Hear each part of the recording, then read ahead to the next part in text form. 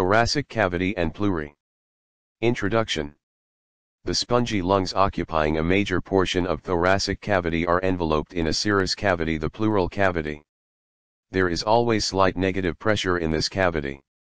Eluring inspiration, the pressure becomes more negative, and air is drawn into the lungs covered with its viscei 1 and parietal layers. The isceral layer is inseparable from the lung and is supplied and drained by the same arteries, veins and nerves as lungs. In a similar manner, the parietal pleura follows the walls of the thoracic cavity with cervical, costal, diaphragmatic and inediastinal parts. Pleural cavity limits the expansion of the lungs. Thoracic cavity. Dissection. Divide the manubrium sterni transversely immediately inferior to its junction with the first costal cartilage. Cut through the parietal pleura in the first intercostal space on both sides as far back as possible. Cut sternum at the level of xiphisternal joint. Use a bone cutter to cut 2nd to 7th ribs in midaxillary line on each side of thorax. Separate intercostal muscles in 1/6 spaces from underlying pleura. Lift the inferior part of manubrium and body of sternum with ribs and costal cartilages and reflect it towards abdomen. Identify the pleura extending from the back of sternum onto the mediastinum to the level of lower border of heart. Note the smooth surface of pleura where it lines the thoracic wall and covers the lateral aspects of mediastinum. Trace the surface marking of parietal pleura on the skeleton. Remove the pleura and the endothoracic fascia from the back of sternum and costal cartilages, which is reflected towards abdomen. Identify the transversus thoracis muscle and internal thoracic vessels. Note the origin of diaphragm from the xiphoid process and divide it. Identify the course and branches of intercostal nerve again. Trace the nerve medially superficial to the internal thoracic vessels. Pull the lung laterally from the mediastinum and find its root with the pulmonary ligament extending downwards from it.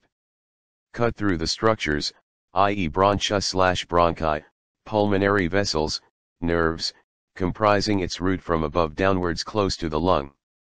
Remove the lung on each side. Be careful not to injure the lung or your hand from the cut ends of the ribs. Identify the phrenic nerve with accompanying blood vessels anterior to the root of the lung. Make a longitudinal incision through the pleura only parallel to and on each side of the phrenic nerve. Strip the pleura posterior to the nerve backwards to the intercostal spaces. Pull the anterior flap forwards to reveal part of the pericardium with the heart. Identify the following structures seen through the pleura. Right side. 1 bulge of the heart and pericardium antero-inferior to the root of the lung, Fig 15.1.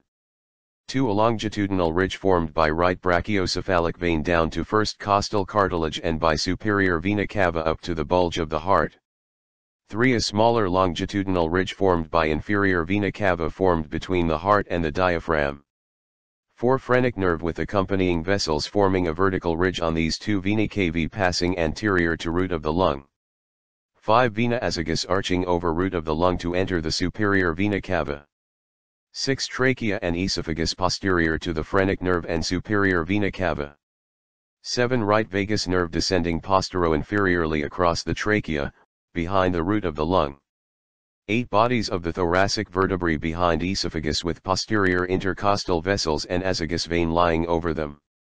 9. Sympathetic trunk on the heads of the upper ribs and on the sides of the vertebral bodies below this, anterior to the posterior intercostal vessels and intercostal nerves. 10. Left side 1 bulge of the heart. Root of lung postero-superior to it. 1. Descending aorta between 1 and 2 in front and vertebral column behind. 2. Arch of aorta over the root of the lung. 3. Left common carotid and left subclavian arteries passing superiorly from the arch of aorta. 4. Phrenic and vagus nerves descending between these vessels and the lateral surface of the aortic arch. 5. Sympathetic trunk same as on right side. Splanchnic nerves. Identify longitudinally running sympathetic trunk on the posterior part of thoracic cavity. Find delicate greater and lesser splanchnic nerves arising from the trunk on the medial side. Look carefully for gray and white rami commune icons between the intercostal nerve and the ganglia on the sympathetic trunk, see Fig 14.3. Trace the intercostal vessels above the intercostal nerve. The order being vein, artery, and nerve, vein. On the right side, identify and follow one of the divisions of trachea to the lung root and the superior and inferior venae cavae till the pericardium. On the left side of thoracic cavity, dissect the arch of aorta. Identify the superior cervical cardiac branch of the left sympathetic trunk and the inferior cervical cardiac branch of the left vagus on the arch of the aorta between the vagus nerve posteriorly and phrenic nerve anteriorly. The cavity of the thorax contains the right and left pleural cavities, which are completely invaginated and occupied by the lungs. The right and left pleural cavities are separated by a thick median partition called the mediastinum. The heart lies in the mediastinum. Features. Like the peritoneum, the pleura is a serous membrane which is lined by mesothelium, flattened epithelium. There are two pleural sacs, one on either side of the mediastinum. Each pleural sac is invaginated from its medial side by the lung, so that it has an outer layer, the parietal pleura, and an inner layer, the visceral or pulmonary pleura. The two layers are continuous with each other around the hilum of the lung, and enclose between them a potential space, the pleural cavity. Table 15.1 shows comparison between visceral pleura and parietal pleura. Pulmonary/visceral pleura. The serous layer of pulmonary pleura covers the surfaces and fissures of the lung, except at the hilum and along the attachment of the pulmonary ligament, where it is continuous with the parietal pleura. It is firmly adherent to the lung and cannot be separated from it. Surface marking of the visceral pleura. The apex of the visceral pleura coincides with the cervical pleura, and is represented by a line convex upwards with a point rising 2.5 cm above the medial 1/3 of the clavicle. The anterior border of the right visceral pleura corresponds very closely to the anterior margin or costomediastinal line of the pleura and is obtained by joining a point at the sternoclavicular joint, a point in the median plane at the sterna angle, a point in the median plane just above the xiphisternal joint. The anterior border of the left visceral pleura corresponds to the anterior margin of the pleura up to the level of the fourth costal cartilage. In the lower part it presents a cardiac notch of variable size. From the level of the fourth costal cartilage, it passes laterally for 3.5 cm from the sternal margin, and then curves downwards and medially to reach the sixth costal cartilage 4 cm from the median plane. In the region of the cardiac notch, the pericardium is covered only by a double layer of pleura. The area of the cardiac notch is dull on percussion and is called the area of superficial cardiac dullness, Fig 15.5. The lower border of each visceral pleura lies 2 ribs higher than the parietal pleural reflection. It crosses the 6th rib in the midclavicular line, the 8th rib in the midaxillary line, the 10th rib at the lateral border of the erector spinae, and ends 2 cm lateral to the 10th thoracic spine. Parietal pleura. The parietal pleura is thicker than the pulmonary pleura, and is subdivided into the following 4 parts. 1 costal, 2 diaphragmatic, 3 midaxillary, 4 cervical. The costed pleura lines the thoracic wall, which comprises ribs and intercostal spaces to which it is loosely attached by a layer of areolar tissue called the endothoracic fascia. The mediastinal pleura lines the corresponding surface of the mediastinum. It is reflected over the root of the lung and becomes continuous with the pulmonary pleura around the hilum. The cervical pleura extends into the neck, nearly 5 cm above the first costal cartilage and 2.5 cm above the medial 1/3 of the clavicle, and covers the apex of the lung. It is covered by the suprapleural membrane. Cervical pleura is related anteriorly to the subclavian artery and the scalenus anterior, posteriorly to the neck of the first rib and structures lying over it, laterally to the scalenus medius, and medially to the large vessels of the neck. Diaphragmatic pleura lines the superior aspect of diaphragm. It covers the base of the lung and gets continuous with mediastinal pleura medially and costal pleura laterally. Surface marking of parietal pleura. The cervical pleura is represented by a curved line forming a dome over the medial 1/3 of the clavicle with a height of about 2.5 cm above the clavicle. Pleura lies in the root of neck on both sides. The anterior margin, The costo-mediastinal line of pleural reflection is as follows. On the right side it extends from the sternoclavicular joint downwards and medially to the midpoint of the sterna langli. From here it continues vertically downwards to the midpoint of the xiphisternal joint, crosses to right of xiphicostal angle. On the left side, the line follows the same course up to the level of the fourth costal cartilage. It then arches outwards and descends along the sternal margin up to the sixth costal cartilage. The inferior margin, or the costodiaphragmatic line of pleural reflection, passes laterally from the lower limit of its anterior margin, so that it crosses the 8th rib in the midclavicular line, the 10th rib in the midaxillary line, and the 12th rib at the lateral border of the sacrospinalis muscle. Further it passes horizontally a little below the 12th rib to the lower border of the 12th thoracic vertebra, 2 cm lateral to the upper border of the 12th thoracic spine, Fig 13.8a. Thus the parietal pleurae descend below the costal margin at 3 places, at the right xiphicostal angle, and at the right and left costovertebral angles, below the 12th rib behind the upper poles of the kidneys. The latter fact is of surgical importance in exposure of the kidney. The pleura may be damaged at this site. The posterior morgiites of the pleura pass from 0.2 cm lateral to the 12th thoracic spine to 0.2 cm lateral to the 7th cervical spine. The costal pleura becomes the mediastinal pleura along this line. Pulmonary ligament.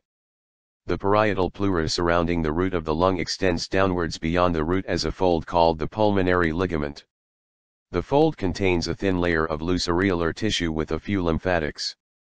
Actually, it provides a dead space into which the pulmonary veins can expand during increased venous return as in exercise.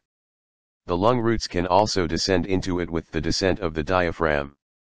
Recesses of pleura.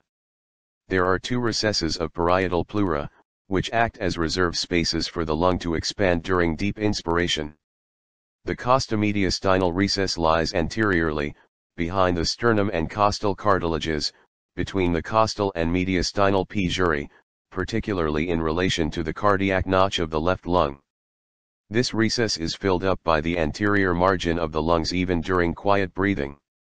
It is only obvious in the region of the cardiac notch of the lung. The costodiaphragmatic recess lies inferiorly between the costal and diaphragmatic pleura. Vertically it measures about 5 cm, and extends from the 8th to 10th ribs along the midaxillary line, see Figs 21.2, 21.3, and 21.4. During inspiration the lungs expand into these recesses. So these recesses are obvious only in expiration and not in deep inspiration. Nerve supply of the pleura. The parietal pleura develops from the somatopleuric layer of the lateral plate mesoderm, and is supplied by the somatic nerves. These are the intercostal and phrenic nerves. The parietal pleura is pain sensitive. The costal and peripheral parts of the diaphragmatic pleurae are supplied by the intercostal nerves, and the mediastinal pleura and central part of the diaphragmatic pleurae by the phrenic nerves, C4. The pulmonary pleura develops from the splanchnopleuric layer of the lateral plate mesoderm, and is supplied by autonomic nerves. The sympathetic nerves are derived from 2nd to 5th sympathetic ganglia, while parasympathetic nerves are drawn from the vagus nerve. The nerves accompany the bronchial vessels. This part of the pleura is not sensitive to pain. Sympathetic dilates the bronchi while parasympathetic narrows the bronchial tree and is also secretory to the glands. Blood supply and lymphatic drainage. The parietal pleura is a part and parcel of the thoracic wall. Its blood supply and lymphatic drainage are, therefore, the same as that of the body wall. It is thus supplied by intercostal, internal thoracic, and musculophrenic arteries. The veins drain mostly into the azygous and internal thoracic veins. The lymphatics drain into the intercostal, internal mammary, posterior mediastinal and diaphragmatic nodes. The pulmonary pleura, like the lung, is supplied by the bronchial arteries while the veins drain into bronchial veins. It is drained by the bronchopulmonary lymph nodes. Aspiration of any fluid from the pleural cavity is called Paracentesis Thoracis. It is usually done in the 8th intercostal space in the midaxillary line, Fig 15.9. The needle is passed through the lower part of the space to avoid injury to the principal neurovascular bundle, i.e. vein, artery, and nerve, vein. Some clinical conditions associated with the pleura are as follows. A. Pleurisy, this is inflammation of the pleura. It may be dry, but often it is accompanied by collection of fluid in the pleural cavity. The condition is called the pleural effusion, Fig 15.10. Dry pleurisy is more painful because during inspiration both layers come in contact and there is friction. B. Pneumothorax, presence of air in the pleural cavity. C. Hemothorax, presence of fluid in the pleural cavity. D. Hydrothorax, presence of both fluid and air in the pleural cavity. E. Empyema, presence of the pus in pleural cavity. Costal and peripheral parts of diaphragmatic pleurae are innervated by intercostal nerves, Fig 15.11. Hence irritation of these regions cause referred pain along intercostal nerves to thoracic or abdominal wall. Mediastinal and central part of diaphragmatic pleurae are innervated by phrenic nerve, C4. Hence irritation here causes referred pain on tip of shoulders. Pain on right shoulder occurs due to inflammation of gallbladder, while on left shoulder is due to splenic rupture. Pleural effusion cause obliteration of costodiaphragmatic recess. Pleura extends beyond the thoracic cage at following areas: right xiphicostal angle, right and left costovertebral angle, right and left sides of root as neck, cervical dome of pleura. The pleura may be injured at these sites during surgical procedures. These sites have to be remembered. During inspiration pure air is withdrawn in the lungs. At the same time, deoxygenated blood is received through the pulmonary arteries. Thus an exchange of gases occurs at the level of alveoli via pulmonary veins to the left atrium of heart. The impure air containing carbon dioxide gets expelled during expiration. Parietal pleura limits the expansion of the lungs. Visceral pleura behaves in same way as the lung. Parietal pleura has same nerve supply and blood supply as the thoracic wall. Pleural cavity normally contains a minimal serous fluid for lubrication during movements of thoracic cage. Pleura lies beyond the thoracic cage at 5 places. These are right and left cervical pleura, above the first rib and the clavicle, right and left costovertebral angles and only right xiphicostal angle. Pleura is likely to be injured at these places. Paracentesis Thoracis is done in the lower part of the intercostal space to avoid injury to the main intercostal vessels and nerve. Pleural effusion is one of the signs of tuberculosis of the lung.